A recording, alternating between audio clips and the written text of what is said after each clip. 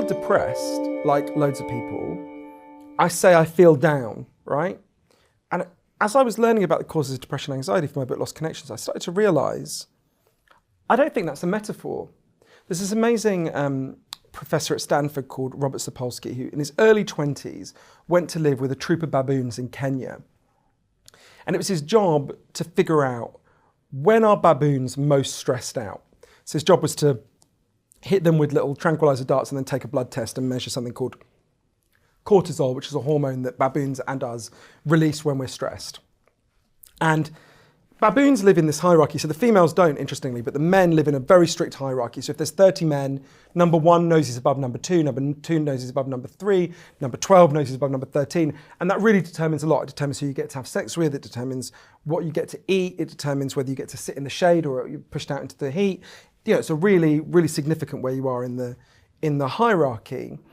And what Professor Sapolsky found is baboons are most stressed in 2 situations. One is when their status is insecure. So if you're the top guy and someone's circling, which comes for you, you will be massively stressed. And the other situation is when you feel you're at the bottom of a hierarchy. You've been kind of humiliated. And what Professor Sapolsky found is when you feel you've been pushed to the bottom, what you do is you show something called a submission gesture. A baboon will put its body down physically, it will put its head down, it will put its bottom in the air, and it will cover its head. So it clearly seems to be communicating, just leave me alone, you've beaten me, okay, you've beaten me. And what lots of scientists have subsequently developed, people like Professor Paul Gilbert in Britain and Professor Kate Pickett and Professor Richard Wilkinson, also in Britain, have really developed is this idea that actually what human depression is in part, not entirely, but in part, is a form of a submission gesture. It's a way of saying, I can't cope with this anymore, right? Particularly people who feel they've been pushed to the bottom of hierarchies, or who feel, remember the other stressful situations when you feel your status is insecure. It's a way of just going, okay, I retreat, I don't want this fight anymore. You've beaten me. It's a kind of very strong evolutionary impulse where you feel you're under attack to just submit in the hope that the stress and anxiety will then go away, that the sources of the stress and anxiety will then go away. And one thing that's so important, Kate Pickett and Richard Wilkinson really developed this, is they've shown, so as inequality grows, depression and anxiety grow. They've shown this is a very robust effect, right? This helps us to explain it. 1 in 5 Americans will take a psychiatric drug. 1 in 4 middle-aged women in the United States is taking a chemical antidepressant in any given year. And I began to think, could it really be that just so many people are just mysteriously lacking a specific chemical in their brain? Why does it seem to be rising so much if that's the cause? If you live in Norway, your status is relatively secure, right? No one's that high, no one's that low. Movement between where you are is not so extreme. If you live in the United States, especially today, we're now at the greatest levels of inequality since the 1920s, there's a few people at the very top, there's a kind of precarious middle, and there's a huge and swelling bottom, right? So you can see why in the United States you've got more people who'd be showing a submission gesture, who'd be like, oh, Jesus, I've been beaten, than there would be in Norway. World Health Organization has been trying to tell us for years, depression is a response to things going wrong deep in our lives and our environments. Our pain makes sense. As the World Health Organization put it, mental health is produced socially. It's a social indicator. It requires social as well as individual solutions. It requires social change, right? Now, that is a very different way of thinking about depression and anxiety, but it happens to fit with the best scientific evidence. And it really required me to reassess how I'd felt about my own pain and how I'd tried to deal with it unsuccessfully, and opened up a whole different way of responding to my depression and anxiety that worked for me. And I think if it informs, as the World Health Organization says, and the UN says, if we talk less about chemical imbalances and more about power imbalances, we will get more at the heart of depression and anxiety, and we'll find better solutions. So there's quite a few things you can do that aren't prescription medicine. The first thing is to really look at how you're living your life. How much sleep are you getting? What is your diet like? Are you moving your body? Are you getting sunshine? Sort of, the basic things that we as social primates should be doing, which also includes being social. Being interactive and not being isolated and withdrawn. My patients who have sort of gotten off their meds and left me for the most part, are people who have adopted regular cardio practice, where they're exercising regularly. I think that's really important. There's some very intriguing observations, both clinically, but also now more recently scientifically, that make it highly plausible that there's an intricate connection between serotonin in the gut, serotonin in our food, depression, and gut function. So on a clinical level, there's a connection because many patients with depression also complain of constipation, so a distinct dysfunction of the gut. And often the medications that people with depression take, particularly serotonin reuptake inhibitors such as Prozac and all the other drugs in this category, they often cause transient gastrointestinal dysfunction. So that's on the clinical level.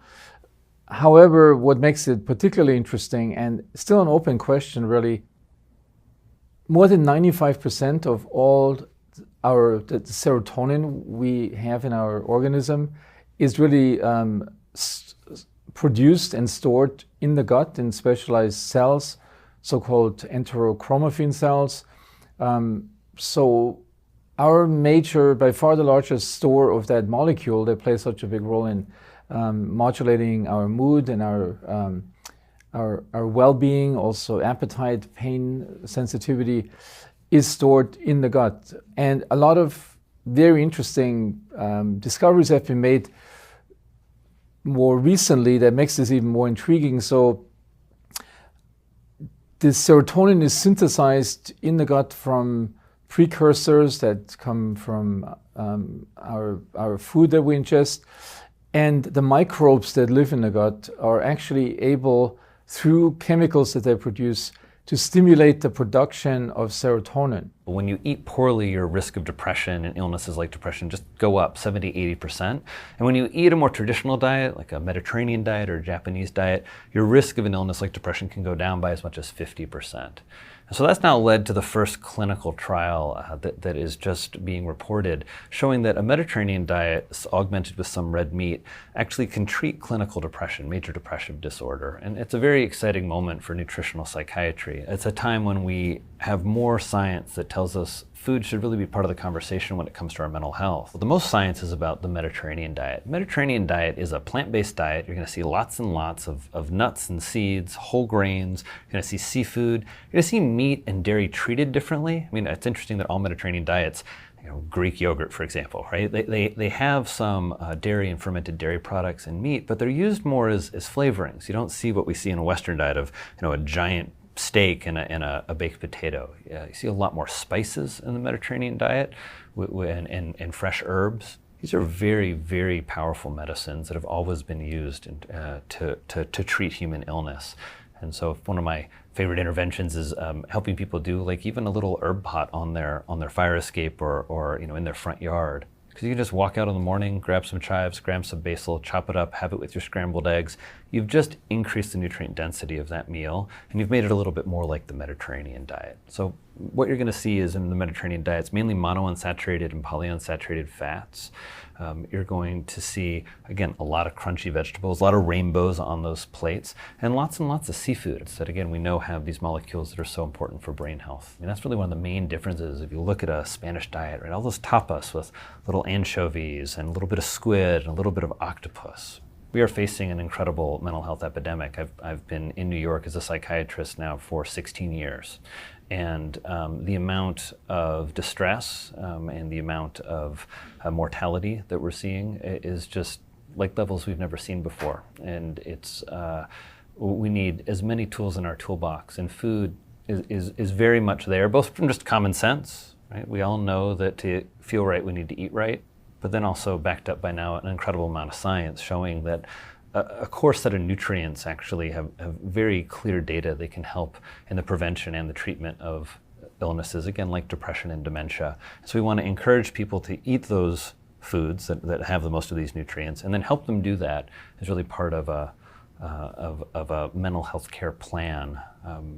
We think about a lot of illnesses when we eat: heart disease, cancer, diabetes, and it's always struck me that really the illness you should be worried about, or the organ you should be worried about when you're eating, is your brain, because that is by far your biggest asset. It consumes more of your energy and your food than any other organ you have. And so focusing on the nutrients your brain needs guides you to a slightly different set of foods than if you focus on just things like calories or saturated fat or preventing something like cancer. And so it's an exciting moment as the data begins to catch up with common sense. I want to be careful here talking about depression because I had a friend who was very depressed. And I remember talking to him out of love, trying to explain some of these ideas, some of these ways that we can think and interpret our suffering. And sometimes when someone is suffering, the last thing they want is for you to go, hey, there's another way to look at this. Maybe that's later. None of this is to be imposed on anybody, and I don't want to belittle or just say like, your brain it's your attachment to your desire to not be depressed that's causing you. No, none of that. That is not what I'm saying at all. We can give space to someone's depression. We can love them. We can honor. We can just eat some noodles. We can watch the movies. Whatever it is, we can just sit and not talk. That's real stuff. It's a real. I don't know if you call it a disorder or a disease, but it's happening, and we don't need to coach people through with ideologies, right? That being said, if you're in a place to talk about this, usually when you're not depressed, I found it helpful to step inside what I call the witness. And other traditions call that your soul.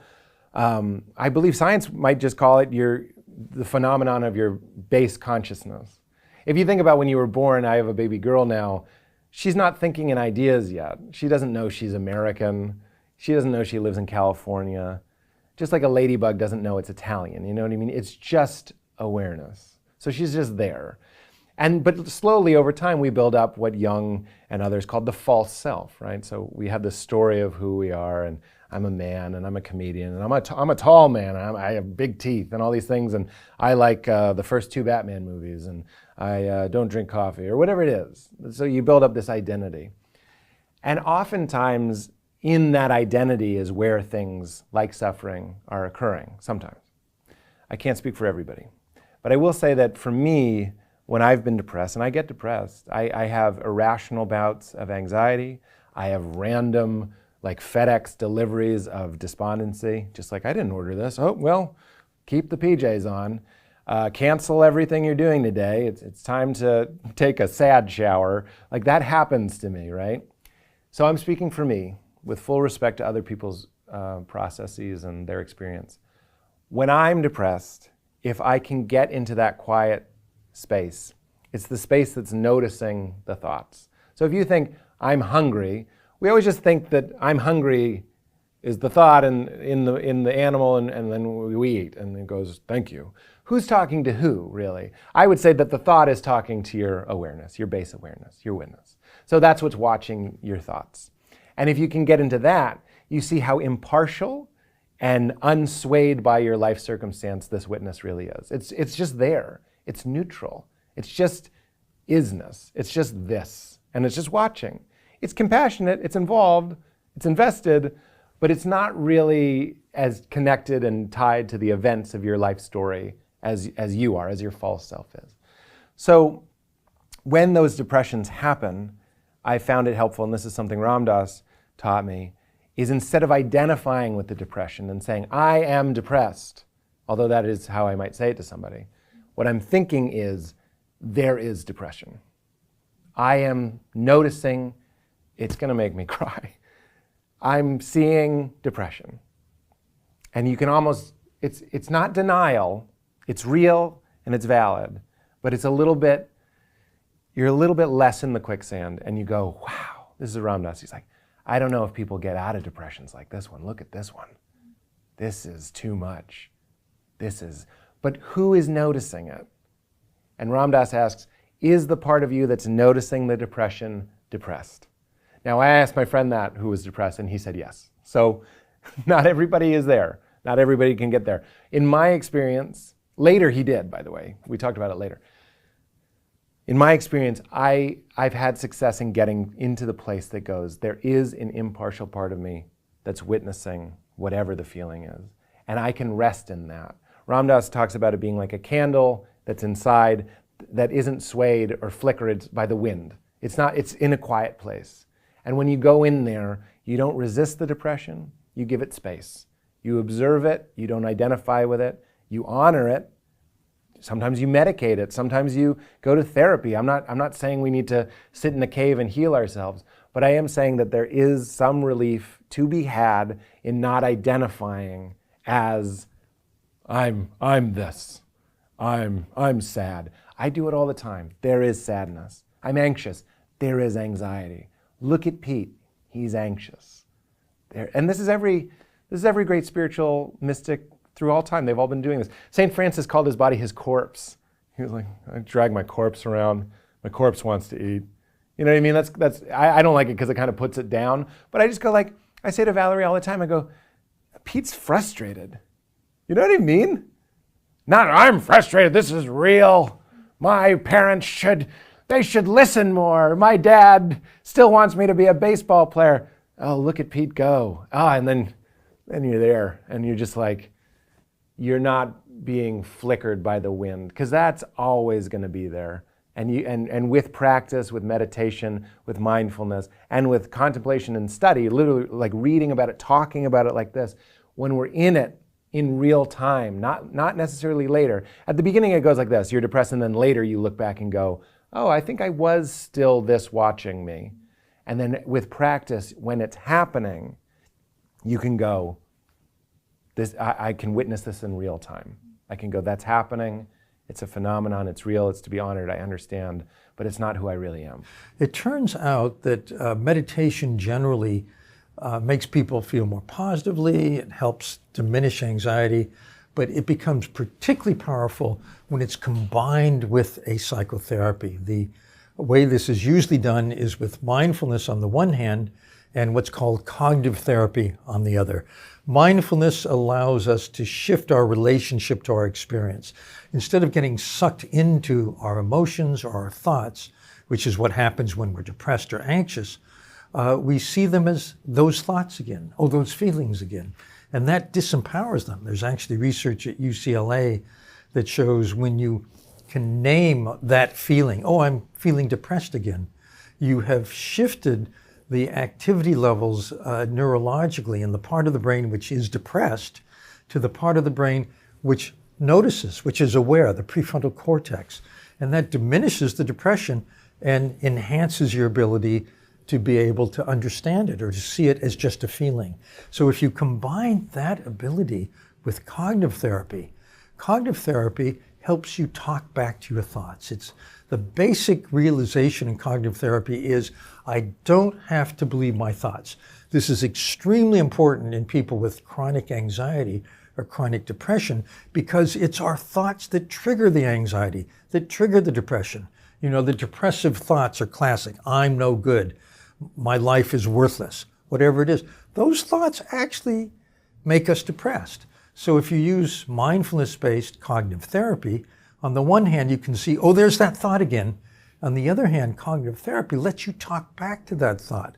Oh, I'm not so worthless. I've done some pretty good things in my life. There are people who love me. Whatever it may be, you can develop a habit of not letting those thoughts take you over, but countering them with actual evidence from your life that says, oh, they're not true. I don't have to believe them. The impact is palpable.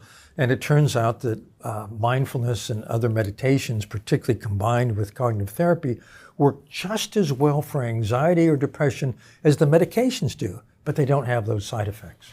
I had a depression. It doesn't define my life. 7 years ago, I had a really bad one. I ended up on a kind of a chair for a few months. Let me just say, people think I'm just going sideways, that depression is about having a bad hair day or your cat left town. It isn't sad. Nothing to do with sadness. It's like your old personality slowly leaves town and you're left with a block of cement, which is you. I mean, it's like being in hibernation, but you can't wake up. And so I ended up on a chair. To take a shower was unimaginable. I didn't tell anybody, didn't tell my friends, because you know what comes with this disease is a real sense of shame. Because everybody thinks, well, look at you. You know, you have everything. You're not in a township. You're not being carpet bombed. So I always say you get these abusive voices, but not one voice, about 100,000 voices. Like if the devil had Tourette's, that's what it would sound like. So I was sick. I never told anybody. I got a few phone calls from a few friends saying, perk up. Yeah, perk up, because I never thought of that. So then I was really interested in how the brain works, because I thought, well, every other organ in your body can get sick and you get sympathy except your brain. So I thought, let's learn about the brain. So I gave up my career, kissed that one bye-bye, and decided I would do research as to how this baby works, because we know so much about technology, but we know nothing about the mind. You know, it's running us. We're not running it. So I decided, okay, let's do research and find out how I can maybe control my chemicals, you know, how I could cool the engine.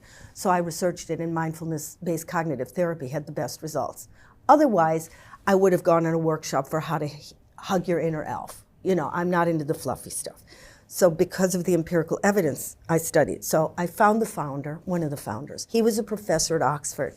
So I have the drive of a Rottweiler. So I drove to Oxford. It was at the time I was sick.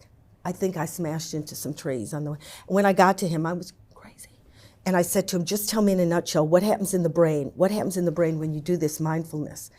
Because I don't want to wave crystals. He said, you'd have to get into Oxford and get your master's if you want to know about the brain. So I did. And I graduated in September. And I got the bat wings and, the Hogwarts hat. And so it made my life so much easier because of this thing called neuroplasticity, which I don't understand why it's not shouted from rooftops, that you can change the wiring in your brain by changing how you think. Basically, we used to think we were at the mercy of our genes, but like how you come into the world is how you go out. I mean, look, the length of your leg and the color of your eyes, those you inherit, there's no question. Because I'll never forgive my parents for giving me the legs of a dachshund, because I wanted to go down that catwalk. And now I've come to terms, it ain't gonna happen. But the genes that develop your brain, they keep changing because they're dependent on experience. So it's like they hand you a blueprint and a deck of cards, but how you play them is up to you. So you can look in a brain with a brain scanner and see those neurons wire and unwire, and that corresponds to how you think. And every time they wire together, you're laying down memory. But the good news is you can unwire them and create new habits and give yourself a more flexible or happier life, whatever that means. I mean, you're the architect of your own brain. It's known as neuroplasticity, which was so hopeful to me. So I always say Gloria Gaynor was wrong when she sang that song, I Am What I Am. You're not. You have many possibilities. Get smarter faster with new videos every week from the world's biggest thinkers.